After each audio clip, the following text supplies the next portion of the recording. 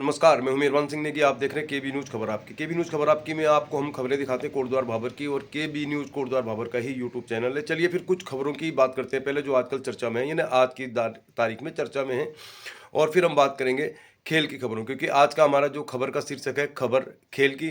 तो पहले कुछ उन खबरों पर नजर डालते हैं जो आज के तारीख में चर्चा में है।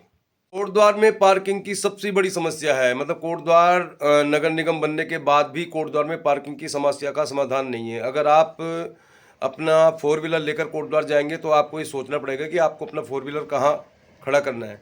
टू व्हीलर भी अगर आप किसी दुकान के आगे खड़े कर देंगे तो फिर दुकानदार इसमें ऑब्जेक्शन करते हैं। तो कोटद्वार में पार्किंग की समस्या को सुलझाने के लिए मोटर नगर का बस अड्डा बनाया जा रहा था, जहाँ पर बहुत multi storey shopping complex, parking, बस अड्डा सब कुछ बनना था। लेकिन 10 साल हो गए, मोटर नगर का जो बस अड्डा है वो एक गड्ढे में तब्दील है। कोई सुनने वाला नहीं है, कोई बोलने वाला नहीं है। राजनीति में लोग बात करते हैं, मतलब यूक्रेन से लेके अफगानिस्तान से लेके अमेरिका की, लेकिन कोटद्वार के लोगों को कोटद्वार की जो मूलभूत आवश्यकता हैं उनको लेकर कभी आपने प्रदर्शन करते हुए नहीं देखा होगा। सिर्फ एक मौका भी कुछ दिन पहले आया था जब मालनपार के लोगों ने लालढांग मोटर मार्ग और मालनपुर को लेकर कवायद की थी। अब मोटर नगर बस अड्डा 10 साल से एक गड्ढे में तब्दील है। किसने इसकी परमिशन दी, किसने बनवाया, किसने कंपनी को ठेका दिया, किसी पर कोई कार्रवाई नहीं हो रही है। और इस मोटर नगर के गड्ढे को देखकर ये लगता है कि इसमें दोनों ही राजनीतिक पार्टियों के लोग शामिल हैं, जो ये नहीं बन रहा है। नहीं तो फिर जो बीजेपी है इतना बड़ा आंदोलन कर देती छोटी छोटी बातों पे।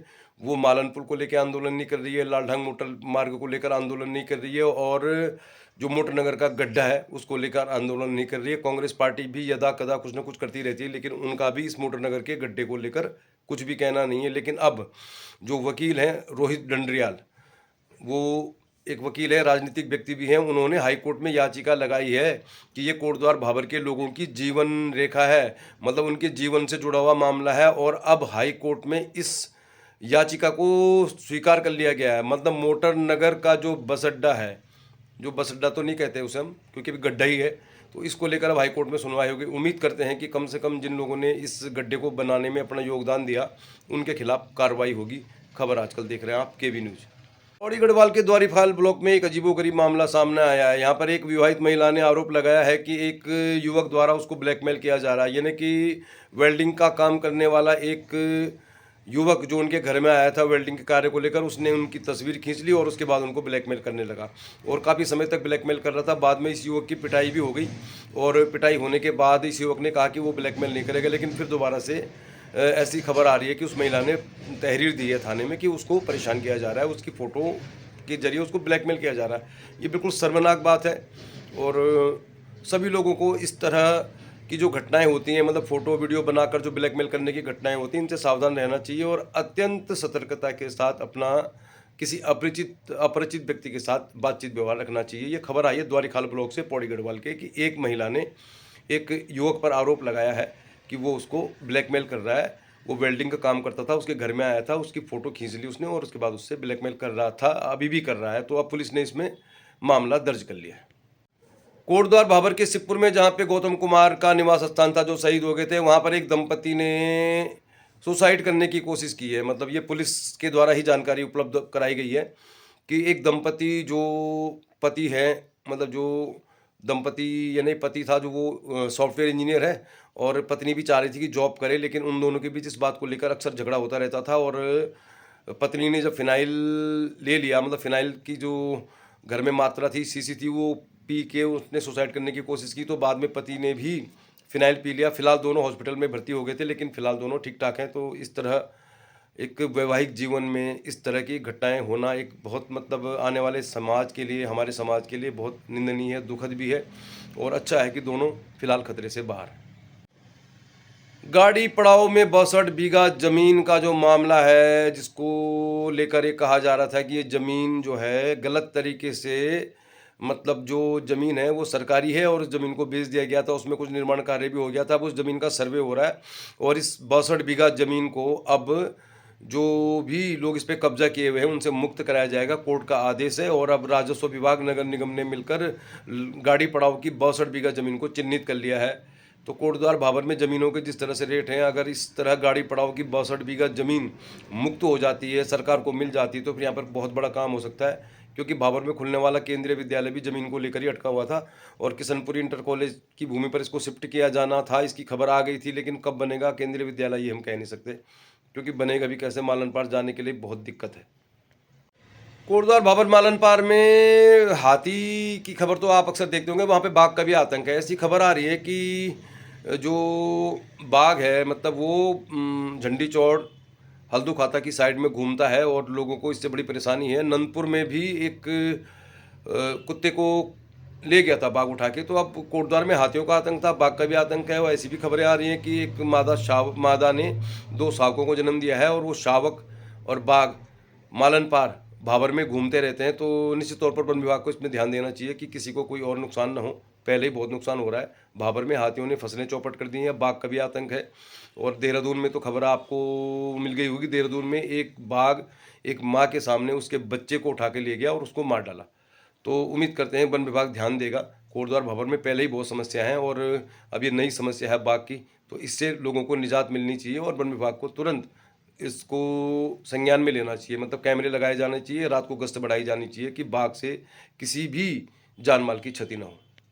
बाकी हमने एक खबर आपको कल दिखा दी थी, कोटद्वार भाबर के मालन पुल के पास जो संपर्क मार्ग इसमें स्टार्ट है, मतलब जिस संपर्क मार्ग के जरिए लोग आवागमन कर रहे हैं, स्कूल के बच्चे जा रहे हैं, स्कूल की बसें जा रही हैं, मालन पार के लोग जा रहे हैं आ रहे हैं, उस मार्ग में पीडब्ल्यूडी ने एक अजीबोगरीब बोर्ड लगाया है जिसमें लिखा है कि ये मार्ग जो है पीडब्ल्यूडी ने नहीं बनाया है।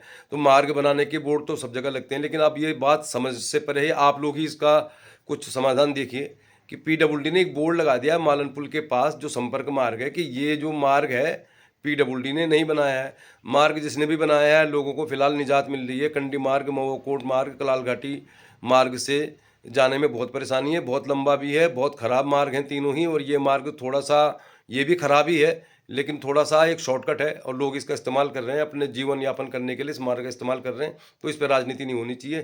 फिलहाल जैसा है उसी के आधार भी कह लें तो मालन पुल टूटने के बाद मालन पार जाने के लिए मालन पुल के पास से बना संपर्क मार्ग जो है वो इस्तेमाल हो रहा है और वो शॉर्टकट भी है। और रात को अगर किसी को मालन पार जाना होगा तो वो कण्वाश्रम जाएगा, कंडी मार्ग जाएगा कि इस मार्ग से जाएगा, इसी मार्ग से जाना पसंद करेगा जो मालन पुल के पास है। तो ये मार्ग जिसने भी बनाया है ठीक है, फिलहाल काम चलाऊ है, जुगाड़ है, लेकिन लोगों को अपना जीवन चलाना है तो इस मार्ग का ही इस्तेमाल करना ज़्यादा बेहतर है। जिस तरह बाघ हाथी के आतंक की बात चल रही है तो उस हिसाब से मालन पुल के पास बना संपर्क मार्ग ठीक है।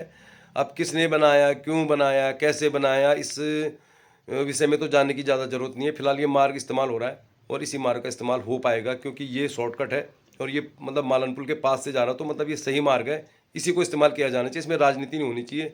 अब पीडब्ल्यूडी के अधिकारियों को बताना चाहिए कि ऐसा बोर्ड क्यों लगाया उन्होंने कि ये मार्ग पीडब्ल्यूडी ने नहीं बनाया है। चलिए फिर अब बात करते हैं मुद्दे की, यानी कि आज का जो हमारा वीडियो है, मतलब आज की जो हमारी खबर है वो स्पोर्ट्स को लेकर है। स्पोर्ट्स की बात करें तो पहले मैं आपको बता दूं कि अब कोटद्वार में आने वाले समय में क्या स्पोर्ट्स गतिविधियां होने वाली हैं। वैसे तो आजकल पूरे पौड़ी गढ़वाल में मेले जो होते हैं उत्तरायणी के, उससे पहले बहुत सारे टूर्नामेंट होते हैं। मतलब डाडा मंडी में क्रिकेट टूर्नामेंट चल रहा है, दुगड्डा में चल रहा है, सतपुली में 3 जनवरी से शुरू होने वाला है, मोटरडाग में भी टेनिस बॉल क्रिकेट टूर्नामेंट 30 तारीख से शुरू होने वाला है। लेकिन जो हम खबर आपको दिखा रहे हैं वो खबर है गढ़वाल कप को लेके। कोटद्वार के राजकीय स्पोर्ट्स स्टेडियम में 2 बार आयोजित हो चुका गढ़वाल कप, कोरोना के बाद बंद हो गया था, लेकिन इस बार अब ये 3 जनवरी से 7 जनवरी तक कोटद्वार के शशिधर भट्ट राजकीय स्पोर्ट्स स्टेडियम में खेला जाएगा। और इसमें सबसे बड़ा जो आकर्षण होगी टीम वो होगी गढ़वाल हीरोज। तो 3 तारीख से 7 तारीख तक फुटबॉल अगर आप लाइव देखना चाहते हैं तो आप कोटद्वार के राजकीय स्पोर्ट्स स्टेडियम में आ सकते हैं। 10 टीमें शिरकत कर रही हैं और 5 दिन का टूर्नामेंट है। और अगर आप नहीं जा पाते हैं, उस ग्राउंड में बहुत दूर है वो स्पोर्ट्स स्टेडियम, तो फिर केबी न्यूज़ में हम 3 तारीख से 7 तारीख तक आपको दिखाएंगे football tournament. All India level का टूर्नामेंट है ये। इसके अलावा कोटद्वार भाबर के सुरजी वेडिंग पॉइंट में 3 तारीख से तो नहीं मगर 5 से 7 तारीख तक लगभग 60,000 रुपये इनामी राशि का बैडमिंटन टूर्नामेंट भी शुरू हो रहा है।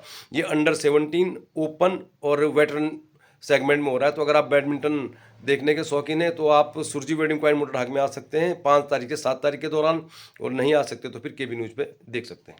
कोटद्वार भाबर के Ghamandpur inter college girls inter college में पढ़ने वाली बालिका अंकिता रावत का उत्तराखंड की टीम में चयन हो गया हॉकी में।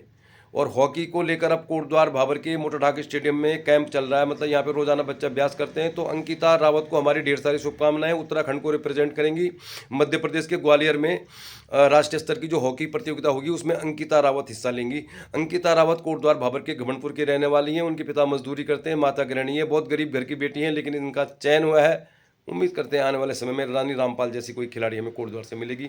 ये है खेल की खबर। चलिए फिर आगे देखिए, कोटद्वार भाबर के डेफोडिल पब्लिक स्कूल में वॉलीबॉल इंटर स्कूल टूर्नामेंट हुआ। बहुत शानदार टूर्नामेंट था। इसमें बॉयज़ में जो टूर्नामेंट को जीता वो होस्ट टीम डेफोडिल ने जीता बॉयज़ का, और गर्ल्स का जो टूर्नामेंट जीता वो जीता MKVN ने। इसके हाईलाइट आपको हम दिखाएंगे आगे वीडियो में। और इससे पहले हम आपको दिखाएंगे एक फुटबॉल एकेडमी भी खुल गई है कोटद्वार भाबर के जीवानंदपुर में, जो बच्चों को फुटबॉल की बेसिक जानकारी देगी, मतलब फुटबॉल की कोचिंग देगी। तो आप देख रहे हैं कोटद्वार भाबर खबर आजकल। आज का हमारा टाइटल खेल को लेकर ही है, और हम आपको क्या दिखाएंगे आने वाले दिनों में, चलिए वो भी बता देते हैं। आज कोटद्वार भाबर की दुर्गापुरी में चल रही भव्य रामलीला, मतलब हजारों लोग इस रामलीला मंचन को देख रहे हैं। हालांकि रामलीला आज के दौर में मतलब युवाओं की तो पसंद है नहीं, बच्चे भी रामलीला शायद मोबाइल में ही कम ही देखते होंगे। लेकिन कोटद्वार भाबर की जो रामलीला दुर्गापुरी में हो रही है बहुत भव्य है। हजारों लोग जुटे हैं, बहुत अच्छे अच्छे कलाकार हैं, बहुत अच्छी व्यवस्था है, और इसका आज आखिरी दिन है। तो आज हम रास तिलक का वीडियो बनाएंगे, रात तक आपको डाल देंगे। कल जहरी खाल इंटर कॉलेज के 100 साल पूरे हो गए, तो कल हम जहरी खाल जाएंगे। जहरी खाल में शताब्दी समारोह है, जिसमें पूर्व मुख्यमंत्री, लोक गायक संतोष खेतवाल आदि आ रहे हैं। तो चूंकि एक बहुत पुराना इंटर कॉलेज है जिसको 100 साल हो गए, तो ये आपको दिखाएंगे। परसों में आपको दिखाएंगे नयार घाटी महोत्सव का आखिरी दिन। उस दिन लोक गायक जो उत्तराखंड के हैं फेमस मंगलेश डंगवाल, और जो टिहरी के लोक गायक हैं गजेंद्र राणा, उनका कार्यक्रम है, वो दिखाएंगे आपको। 1 तारीख को कोटद्वार भाबर के तल्ला मोटर ढाक में नरेंद्र सिंह नेगी आ रहे हैं, तो उनका भी कार्यक्रम दिखाएंगे।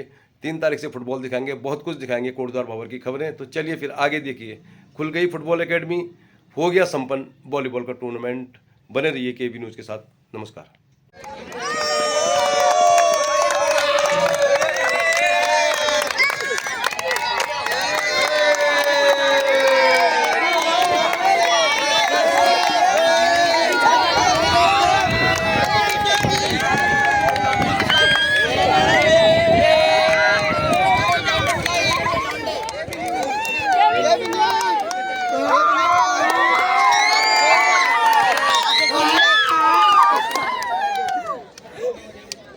छोटी आंख वाला क्या? छोटी आंख वाला ये अच्छा खेलता है।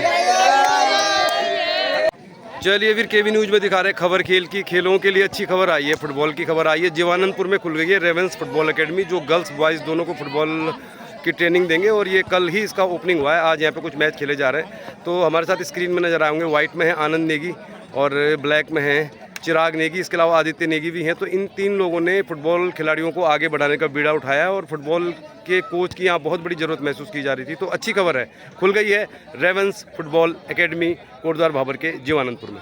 चलिए फिर KB न्यूज़ में दिखा रहे हैं कोटद्वार भाबर के जीवानंदपुर में रेवेंस फुटबॉल एकेडमी खुल गई है। और रेवेंस फुटबॉल एकेडमी यहाँ के जो गर्ल्स बॉयज़ है, दोनों तरह के जो खिलाड़ी हैं उनको ट्रेनिंग देगी। तो चिराग नेगी, आदित्य नेगी और आनंद नेगी, 3 लोगों ने मिलकर यहाँ पे खोली है। बहुत सारे लोग आज आए हैं, तो कल इसका ओपनिंग हुआ है। अब उम्मीद कर रहे हैं कि यहाँ से बेहतरीन फुटबॉल खिलाड़ी निकले हैं। फुटबॉल खिलाड़ियों के लिए बहुत अच्छा है, और अच्छा है यहाँ पे आज बहुत बड़ा खिलाड़ियों का, खेल के समर्थकों का, खेल के चाहने वालों का जमावड़ा है। फिलहाल गर्ल्स का चल रहा है मैच 7 ए साइड, तो अच्छा है। कोटद्वार भाबर के जीवानंदपुर में खुल गई है रेवेंस फुटबॉल एकेडमी। तो रेवेंस फुटबॉल एकेडमी अब कोटद्वार भाबर के बच्चों को फुटबॉल सिखाएगी, फुटबॉल की तकनीकी जानकारी देगी। तो मैदान बड़ा अच्छा है, मतलब मिट्टी का है पूरा, और यहाँ पे सामियाना भी लगा हुआ है। तो खबर आजकल में दिखा रहे हैं आपको हम, खेल की खबर। कोटद्वार भाबर के जीवानंदपुर में खुल गई है रेवेंस फुटबॉल एकेडमी, जो गर्ल्स और बॉयज़ दोनों को फुटबॉल की ट्रेनिंग देंगे, और इसके परिणाम आने वाले समय में बहुत अच्छे मिलेंगे। आप देख रहे हैं KB न्यूज़ खबर आजकल।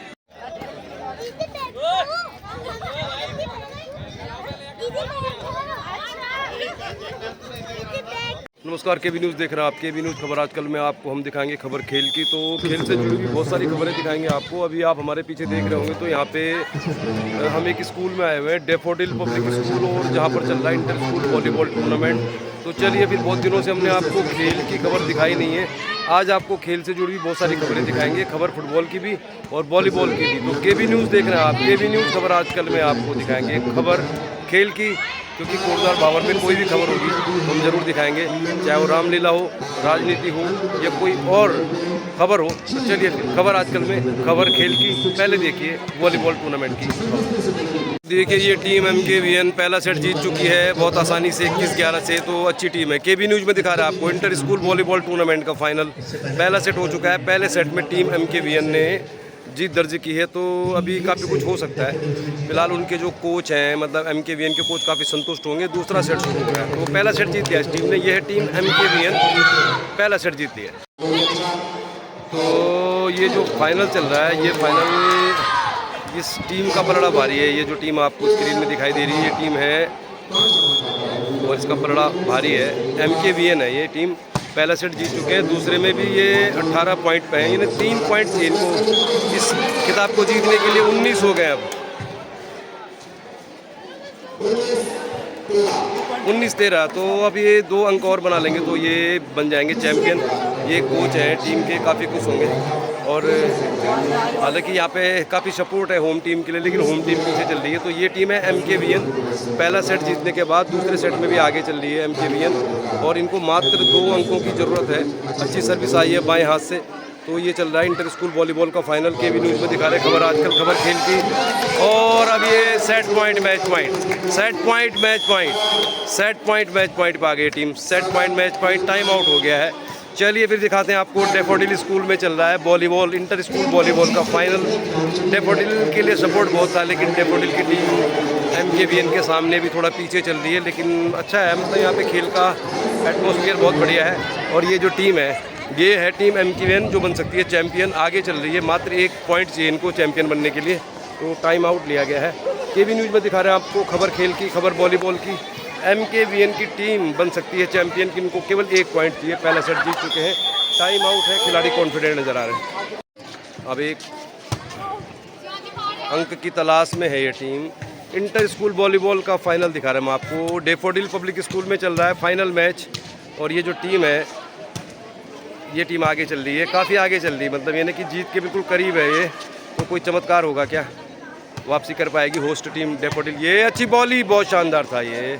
तो अच्छे लेवल का वॉलीबॉल चल रहा है यहाँ पे, जवाब पे जवाब मिल रहे हैं। लेकिन अभी काफ़ी लंबी रैली चल रही है। अच्छा डिफेंस है दोनों ही टीमों का। तो KB न्यूज़ खबर आजकल में दिखा रहे हैं हम आपको खबर खेल की। वॉलीबॉल का फाइनल चल रहा है और फाइनल में ये टीम जो है MKVN महर्षि कण्व विद्या निकेतन बिल्कुल जीत की कगार पर है, लेकिन आसान नहीं है अभी, क्योंकि मैच जारी है। और ये जो रैली है काफ़ी लंबी रैली हो गई है, क्योंकि दोनों ही टीमों का डिफेंस काफ़ी अच्छा है। तो खबर आजकल में दिखा रहा है आपको इंटर स्कूल वॉलीबॉल का गर्ल्स का फाइनल चल रहा है इस समय। और काफ़ी यहाँ पे दर्शक भी हैं, और मुझे लगता है हो गया फैसला।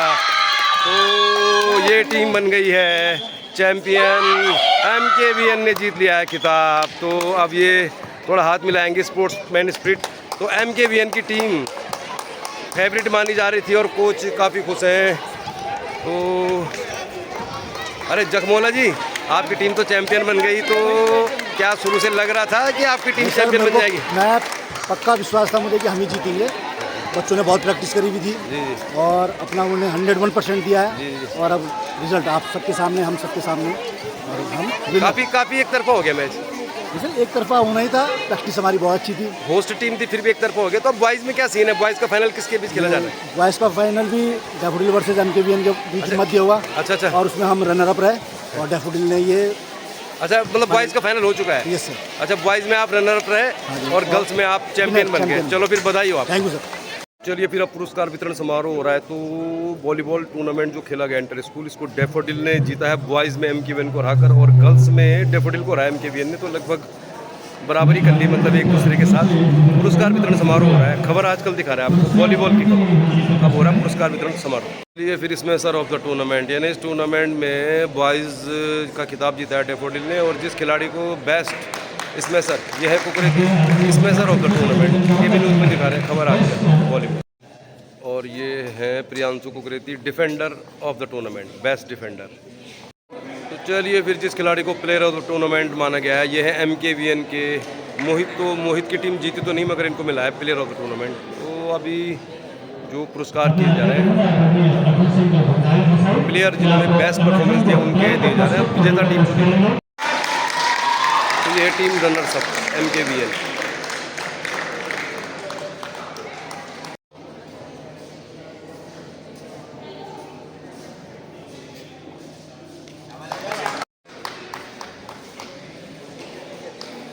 चलिए फिर अब आपको मिलाते हैं चैंपियन टीम से। ये है डैफोडिल पब्लिक स्कूल जो बॉयज़ वाले सेगमेंट में बनी है चैंपियन।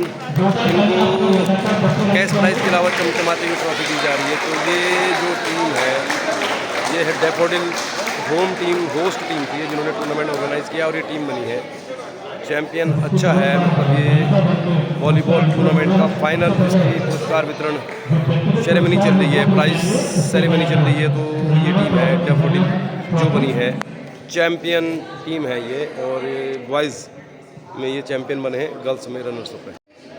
तो ये है टीम डैफोडिल जो चैंपियन बनी है। देखते रहिए KB न्यूज़, खबर आपकी।